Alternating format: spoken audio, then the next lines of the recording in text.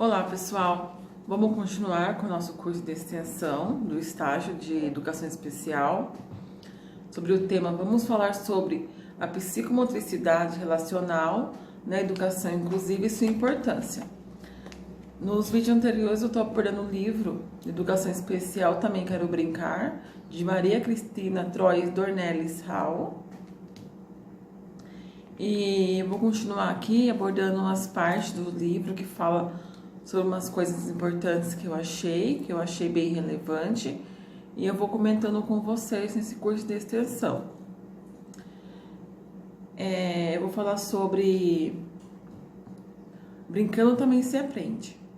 O processo de ensino-aprendizagem na atualidade rompe com o passado, quando o ensino competia ao professor como detentor do conhecimento. E dessa forma, o aluno seria o depositário desse conhecimento. Muitos sabem que hoje não pode ser assim, né? O professor detentor do conhecimento e o aluno como o depositário, igual eu tô falando aqui. Temos que não inverter os papéis, mas temos que dar a oportunidade também do aluno argumentar também, né? Em algumas questões que ele pode também ajudar na aprendizagem do professor. Como eu disse também nos vídeos anteriores, os professores estão sempre em aprendizado, né? A gente aprende ensinando e isso leva para a vida toda. A gente vai aprendendo conforme vai lecionando. Ainda a autora aqui diz que a atual perspectiva sobre a infância, educação e sociedade contribui para a transformação da concepção tradicional de ensino e propõe a ludicidade como a forma de ensinar e aprender. Na prática pedagógica das escolas, observamos que os estudantes são mais críticos e demonstram mais curiosidade para conhecer o mundo e que tem incentivando os profissionais da educação a investigar sua própria prática e desenvolver atividades lúdicas como forma de proporcionar a aprendizagem e desenvolvimento dos educandos de forma mais interessante e significativa. Olha que legal, gente, para vocês verem que é bem relevante essa parte, que o professor não pode ser só o professor ali, que ele é detentor de saber, só ele sabe tudo. Não. Hoje, ainda mais com as tecnologias, os alunos têm muita informação, muita. Que não podemos nos assustar e sim interagir junto, aprender junto. Daí ela faz uma citação aqui sobre a evidência da mediação do adulto no brincar e aponta o olhar do educador para o jogo educativo como um elemento que difere do brincar livre. É essencial que o educador desenvolva uma postura reflexiva sobre a atuação pedagógica com a ludicidade. Ora, vocês veem que a ludicidade, que o lúdico, que o brincar mediado, o brincar espontâneo, ele está ali e ele faz bem, ele possibilita vários conteúdos, várias coisas que aprende de forma mais fácil. Identifique nas interações dos estudantes com deficiências seus interesses e suas potencialidades de aprendizagem motoras, cognitivas e sociais. Ainda mais com criança com deficiência, isso é muito importante, essa interação. É verdade que os jogos e a brincadeira possibilitam a aprendizagem de forma prazerosa, mas o educador também observará a existência de conflitos cognitivo e afetivo que surgem durante a prática lúdica. E o que fazer? O que podemos fazer para melhorar nesses conflitos? Quando ocorre alguma coisa que você vê que não está dando certo ali, que não está sendo espontâneo, ainda mais quando seja afetivo, por briga, por alguma coisa. A autora cita aqui que os conflitos são desafios a serem resolvidos não apenas pelos educadores, mas também pelos educandos. Ao elaborar regras, propor novas construções, trocar os pares e as ações. O educador poderá mediar os conflitos nas brincadeiras, estimulando os educandos a dialogar, argumentar e propor regras que atendam ao interesse do coletivo e não apenas para o participante. Então temos que pôr regras, trocar os pares. A professora tem que fazer a ação conforme os educandos que ela tem em sala de aula. Ela tem que estar vendo ali, estudando, né, sobre o assunto e tá vendo certinho o que ela precisa adaptar, o que ela precisa melhorar, o que ela precisa trocar. E ela citou aqui que é preciso modificar a forma de atender e tratar as pessoas com deficiência, a forma de ensinar e, consequentemente, de aprender, modificar essencialmente a forma de conviver com as pessoas, tornando-as parte dos diversos contextos. O que desejam propor para você, educador, nesse momento, e que a sua prática pedagógica seja alicerçada na realidade dos estudantes da escola e não se reduza à aplicação de jogos e momentos livres e recreação, ingressando na prática lúdica. Então, o brincar, a autora cita aqui que o brincar na evolução vem ao encontro de novos pensamentos sobre a infância e a forma de ensinar e aprender, como destacou Frederic Freubel. Nasceu, eu acho que é assim que fala o nome, tá, gente? Se eu errar, não reparem, não. Nascido na Alemanha e um dos educadores a considerar que a formação humana deveria acontecer no início da infância. Suas ideias possibilitaram a transformação na visão da infância e educação. Atualmente, rompendo uma relação jogo e futilidade, surgindo os estudos consideráveis que destacavam o jogo como instrumento pedagógico de amplo valor social e cultural, para vocês verem que o jogo ele não pode ser visto como jogar por jogar. E as crianças de educação inclusiva, educação especial, elas estão inseridas, elas precisam ser inseridas nesse contexto, e para elas é muito importante estar inserido nisso daí, porque ela vai estar valorizando o social, o cultural, a interação, as regras. Elas têm que aprender essa forma também, que faz muito significativo na cognição delas.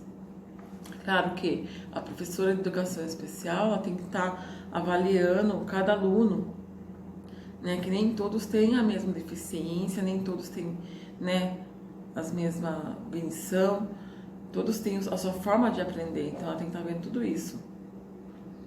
Daí a autora aqui ressalta que no Brasil os conceitos sobre o brincar define as funções lúdica e educativa. A autora considera que a função lúdica é a escolha voluntária do brinquedo e dos companheiros para as brincadeiras, que deve ser respeitada, né? Além de acentuar a diversão e o prazer e o desprazer com elementos presentes na função citada. Daí vai ter a função educativa. Na função educativa, ela ressalta aqui que o brinquedo pode ensinar aspectos que acrescentam à criança a construção do conhecimento e o sujeito em seu saber, seus conhecimentos e sua compreensão de mundo. Daí aqui a autora vai exemplificar do jogo educativo, falando que se a criança está diferenciando as cores ao manipular livre e prazerosamente um quebra-cabeça disponível na sala de aula, a função educativa e a lúdica estão presentes. No entanto, se a criança prefere empilhar peças de quebra-cabeça, fazendo de conta que está construindo um castelo, certamente está contemplando o lúdico, situação imaginária, habilidade para a construção do castelo, a criatividade na disposição das cartas, mas não garante a diferenciação das cores. Assim, é muito importante estar frisando todas as partes. Assim, a criança não está brincando, ela aprende cor, ela aprende número, ela aprende contar, ela aprende a fazer sílabas, montar palavrinhas. Depende do que ela está manipulando ali na hora ali. Nome dos objetos, nome das frutas, nome das diversas coisas. Depende do que ela está sendo manipulado ali com ela. Pessoal, eu quero falar com vocês aqui sobre a minha justificativa desse desse curso de extensão, tá? Porque daí eu penso assim, que a gente tem que entender que a psicomotricidade é um ponto positivo para o desenvolvimento afetivo, motor, intelectual, introduzido na educação especial e inclusiva. Né? É o ponto que a gente está fazendo a leitura desse livro, para a gente poder, assim, entender essa importância desse lúdico. Né? Por que a professora tem que estar trabalhando a ludicidade com as crianças? E esse meu estágio aqui de educação especial. Por quê? Daí tem meus objetivos também que eu propus aqui também para conversar com vocês, que a gente tem que identificar os conceitos e como a psicomotricidade reflete na educação inclusiva. Do que ela faz parte, por que ela está ali, qual que é a reflexão dela. Depois a gente pode refletir também como relacionar a experiência vivida nas suas interações com familiares também. Porque a criança vem de casa, cada uma tem a sua socialização, tem seus familiares. Como que a gente pode estar trabalhando isso em cima disso? Como que a criança vem de casa e aprende um novo conceito de educação na escola? O que a gente pode estar fazendo para essas crianças? O que a gente pode estar adaptando? O que a gente pode estar mudando? Daí a gente pode introduzir um conceito que nosso corpo reflete o emocional. Essa importância na vida, e que essa importância vai além para a vida adulta. E que a gente passa por sensações, percepções, integração e expressão. Por isso que eu falo, a criança especial, mas assim, elas vão ter a vida adulta delas, elas vão, algumas, assim, dependendo da sua cognição, da sua deficiência, elas vão entrar no mercado de trabalho, elas vão ter seus familiares, né? Já, assim, familiares que eu falo assim, ter seus filhos, porque depende muito da deficiência da criança, não são todos. Aí a deficiente não vai ter família morando com a mãe ali o resto da vida, não vai. Elas vão ter a sua vida adulta. E o que elas aprenderam lá na escola, lá na sua interação, como que vai ser passado isso para a sua vida adulta? E eu quero também, a gente tem, nessa leitura depois, tirar uns exemplos que a psicomotricidade relacional tem relação com a atenção, com o equilíbrio, com a lateralidade, controlar o corpo nas atividades cognitivas, que é importante para a educação especial. Então a gente tem que estar trabalhando essa parte também, que eu acho que é muito importante, né? Que daí, através desse curso de extensão online, né, eu estou elaborando essa proposta de palestra para vocês sobre a psicomotricidade relacional na educação inclusiva. E eu quero que vocês entendam a importância na aprendizagem e a interação desses alunos, tá, pessoal? Então é isso. Eu vou continuar gravando os vídeos aqui conforme é pedido para esse curso de extensão, que são de 12 horas. Então eu vou continuar gravando, vou continuar falando sobre o assunto desse livro também, que é um livro muito interessante. Vou abordar outros livros também. Mas assim, pra gente parar pra pensar, sabe, nessa possibilidade da ludicidade na educação especial, que é a importância dela, que ela é muito importante, sim. Então, o brincar oportuniza que diferentes linguagens façam parte da ação educativa. Para Hall, que é da autora do livro, educar nessa perspectiva é ir além da transmissão de informação, ou de colocar à disposição do educando apenas um caminho, limitando a escolha do seu próprio conhecimento. Então, ensinar a brincar sobrepõe a ludicidade como recurso pedagógico, né? E cujos conteúdos e objetivos são articulados com base na relação da teoria e da prática. Então, cabe a gente, para esclarecer essa teoria da prática, nós temos que entender que o brincar, ele faz parte da vida do ser humano, né? Igual eu sempre falo, não é só de criança que precisamos brincar, não é, depende da idade, é uma certa brincadeira, é uma certa interação. Isso muda, não é assim, eu vou brincar de casinha, um adulto, não. É uma interação, mexendo no cognitivo, para poder estar absorvendo melhor o que está fazendo ali, entendeu? Agora, aqui nessa interação que eu estou tendo com você, de estar lendo essa prática desse livro, E assim, colocando o que eu entendi da minha parte, eu estou interagindo com vocês e isso está facilitando a minha aprendizagem. Para vocês entenderem que facilita bastante essa parte. Então, pessoal, esse livro da Maria Cristina Troy Dornelli Hall, eu tô falando Hall, tá, gente? Eu não sei se é Hall, se lê Raul. Eu tô lendo como eu entendi. Aqui a educação especial também quero brincar. E vocês conseguem entender essa possibilidade, essa interação, o afetivo que torneia todo esse assunto, o motor do movimento, né? E o cognitivo, que é o intelectual da pessoa.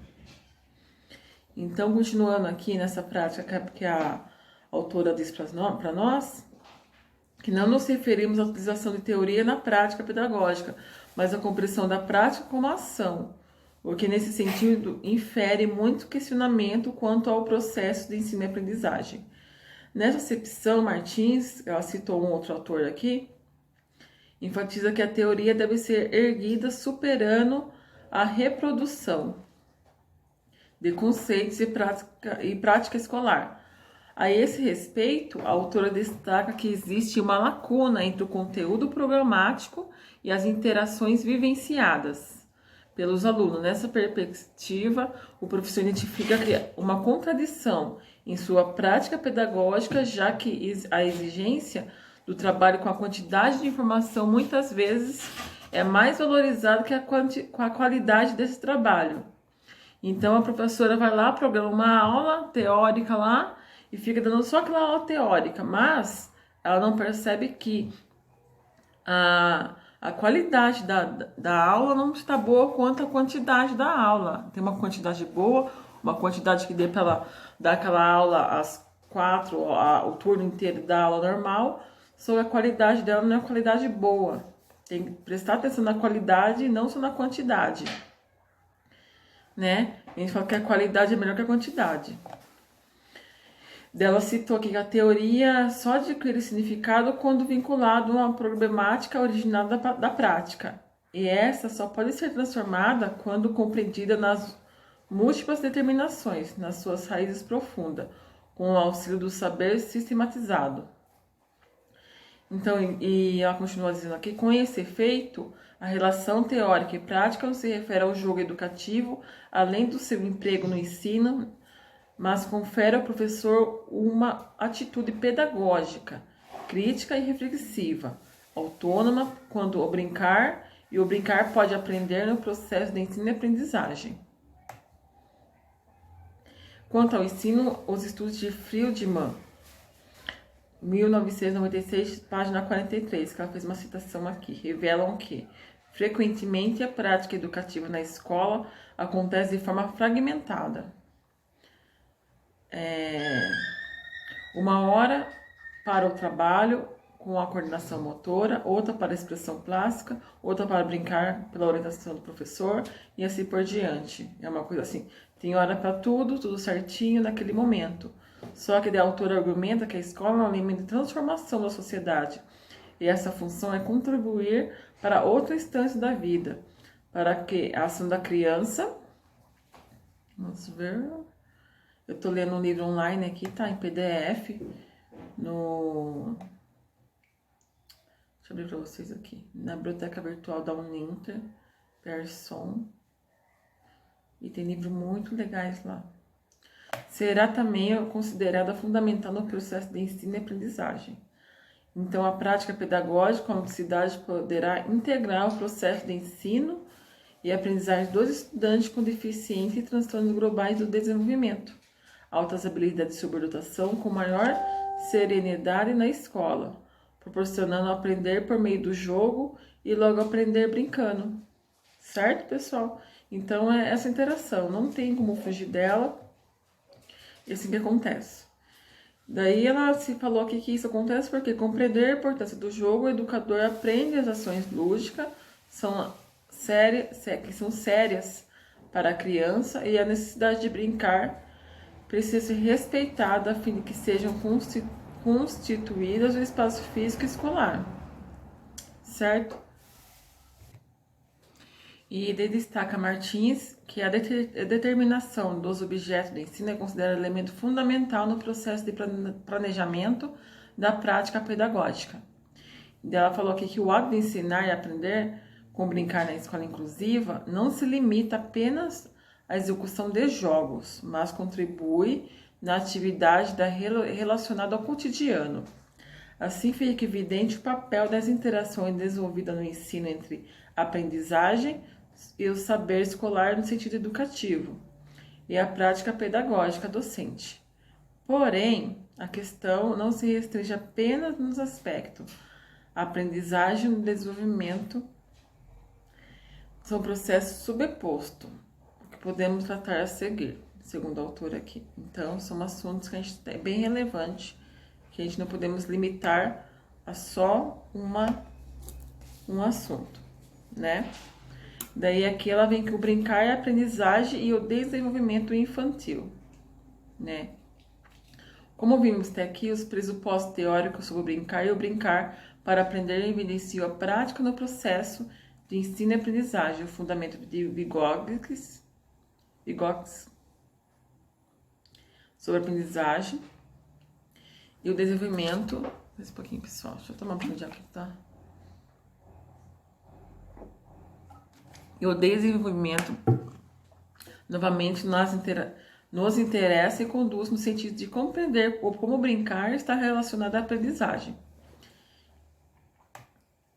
Porque é dessa interação. Quando ela fala de Vygotsky, ela fala da interação, né? Que Vygotsky, ele frisa bastante essa ideia. Iniciamos que, para o teórico, existem alguns equívocos sobre a relação de aprendizagem e o desenvolvimento. Considerando que a natureza teórica, quando seria a natureza metodológica, para isso, aponta 3 posições teóricas a serem refletidas. E a primeira focaliza os processos do desenvolvimento da criança são independentes da aprendizagem. A segunda postula o aprendizado e o desenvolvimento.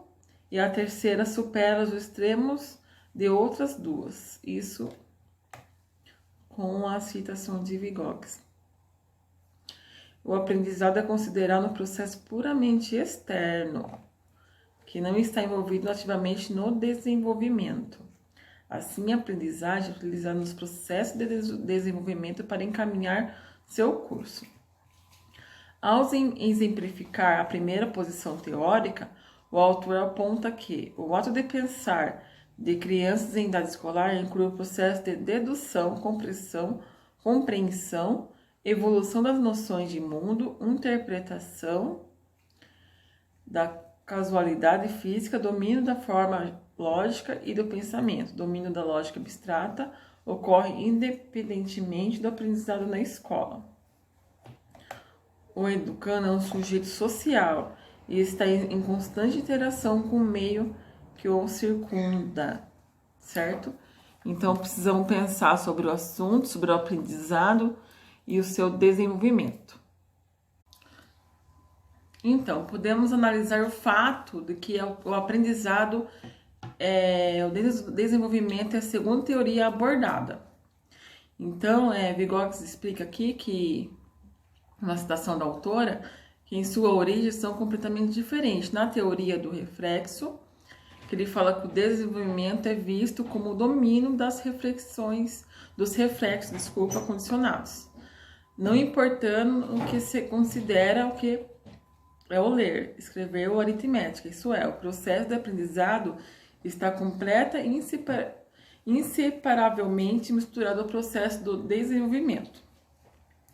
Para o teórico, esse pressuposto reduz o aprendizado à formação de hábito e relaciona ao desenvolvimento.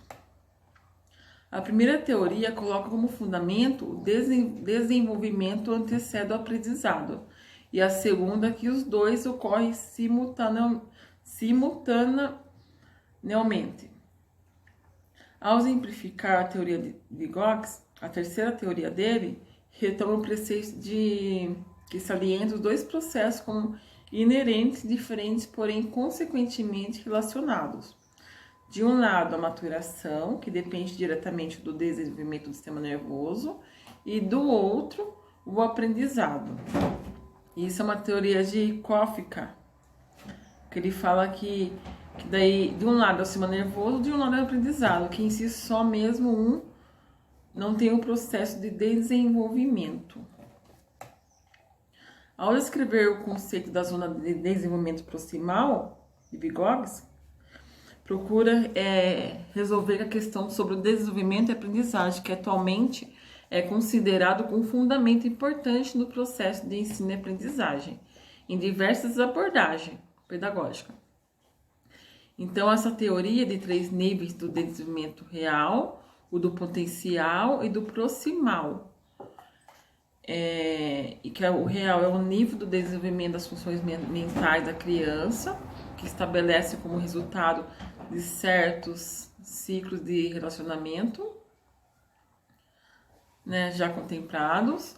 O potencial, que define que a criança consegue realizar ações mentais mais elevadas quando recebe ajuda de outras pessoas. No caso do aprendizado escolar, com mediação de educadores. E o desenvolvimento proximal, que as pesquisas do educando com a mesma idade e nível mental diferente conseguem realizar ações que demonstram seu aprendizado. E aqui uma citação de Vygotsky aqui que a autora colocou: a distância entre o nível real, que se costuma determinar entre a solução independente dos problemas, o nível de desenvolvimento potencial, determinando através da solução do problema sob a orientação de um adulto e em colocação com um companheiro mais capaz. Então, o conceito de desenvolvimento proximal explica que a relação entre o aprendizado e o desenvolvimento, considerando que permite projetar o porvir imediato. E tem uma citação de Vygotsky aqui também, da criança e seu estado dinâmico de desenvolvimento, como também aquilo que está em processo de maturação, né? Daí fala que o brincar é um processo de aprendizagem e desenvolvimento da criança, que tem os fundamentos também, né? Uma vez que o teórico ele fala da aprendizagem infantil se inicia anterior da escola, né? Aqui, junto com seus familiares, desde o seu nascimento, com as interações, né, na sua vida familiar, e considera que o meio das interações sociais serve de motivação para a criança explorar o mundo à sua volta. O brinquedo possibilitará à criança potencializar uma diferenciação entre a ação e o significado. A ideia que a criança tem sobre o brincar não se reduz apenas nos estímulos físicos, mas também no ambiente que a rodeia. O brincar será a base do que na continuidade progredirá nas aprendizagens mais elaboradas. Então, aqui ele fala que o lúdico torna-se uma proposta educacional voltada à superação das dificuldades no processo de ensino e aprendizagem. Então, o teórico destaca que eu chamo de incorreção da teoria de Kafka. Eu acho que é assim que fala o nome desse autor. Quando propõe que o brinquedo deve ser considerado o modelo da vida diária da criança. Nessa reflexão, aponta o caráter sério relativado ao adulto, enquanto que para a criança a realidade apenas é a brincadeira. De acordo com a teoria da zona de desenvolvimento proximal, no brinquedo a criança sempre se comporta além do comportamento habitual da sua idade, além do seu comportamento diário. O brinquedo parte da necessidade da transformação da consciência. Dessa forma, determina o desenvolvimento da criança. Então, concordamos assim, segundo a autora, que as contribuições da teoria de Vygotsky sobre a aprendizagem e o desenvolvimento são significativas para a compreensão do papel do brinquedo no desenvolvimento infantil.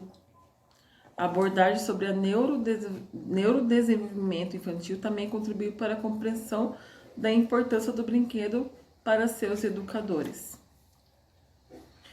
O brincar é a base do que na continuidade progredirá na aprendizagem mais elaborada. O lúdico torna assim uma proposta educacional voltada para a superação de dificuldades no processo de ensino-aprendizagem.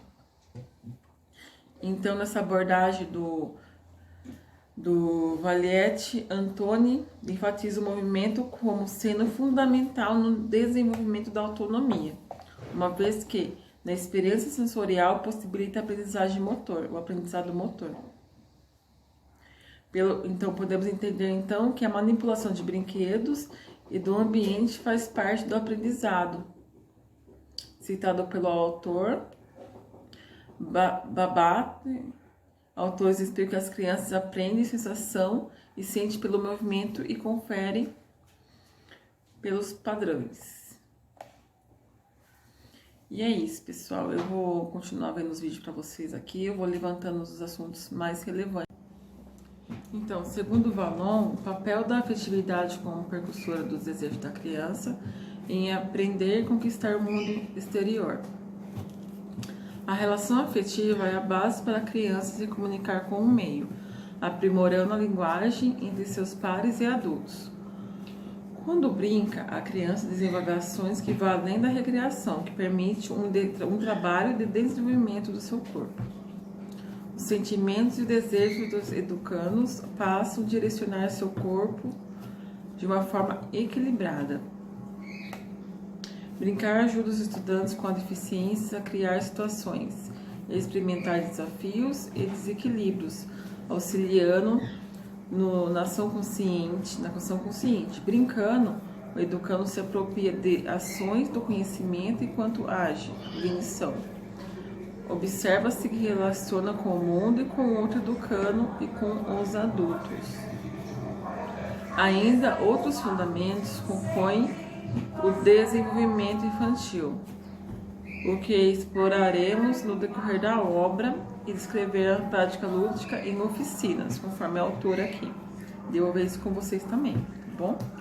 Por enquanto, tentem elaborar um esquema mental sobre a relação entre aprendizagem do desenvolvimento de Vygotsky, abordava um texto relacionado às lúdicas que tem vivenciado na escola e atualmente com os educandos. Vocês que dão aula já trabalham em escolas, é bem legais vocês fazerem essa abordagem. E também a relação com o Vallon também eu acho que é bem legal também fazer, porque eu acho que Vygotsky, Vallon e Piaget, eu acho que são relações que a gente tem que estar vendo e contemplando nas nossas aulas também. Porque esses teóricos, eles têm bastante embasamento. Brincam correndo, jogando, falando. Se os professores estivessem presentes e observariam o quanto são importantes as interações. As brincadeiras dependem das condições que os educandos encontram para brincar. Por isso que eu falo que tem que ter as interações. E na escola é o lugar que eles podem brincar com outras pessoas e encontrar mais tipos de brincadeira para estar fazendo, imaginação, um lúdico, sendo explorado na sala de aula, com os materiais. Isso é bem interessante. A prática lúdica passa por muitos obstáculos na atualidade, a falta de espaço, de tempo na família e muitas atividades em que os educandos estão envolvidos. A precocidade dos processos de escolarização, a falta de segurança, que impede que brinque fora de casa. Isso que é importante também, porque hoje em dia não dá pra brincar mais fora de casa. Porque eu sempre, quando eu era pequenininha, eu brincava na rua de correr, de pega-pega, esconde-esconde, escondia em meio das construções, ficava ali escondidinha ali, o amigo procurando lá, eu dando risada das construções escondidas. Hoje em dia não podemos fazer isso, à noite.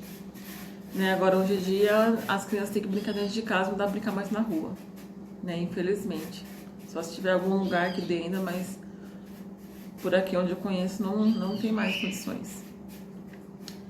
Pela falta de segurança, que impede que brinque fora de casa, reprimindo o desenvolvimento e dessas formas torna uma escola um importante ambiente de interações sociais e culturais. Eu gosto de ter para vocês.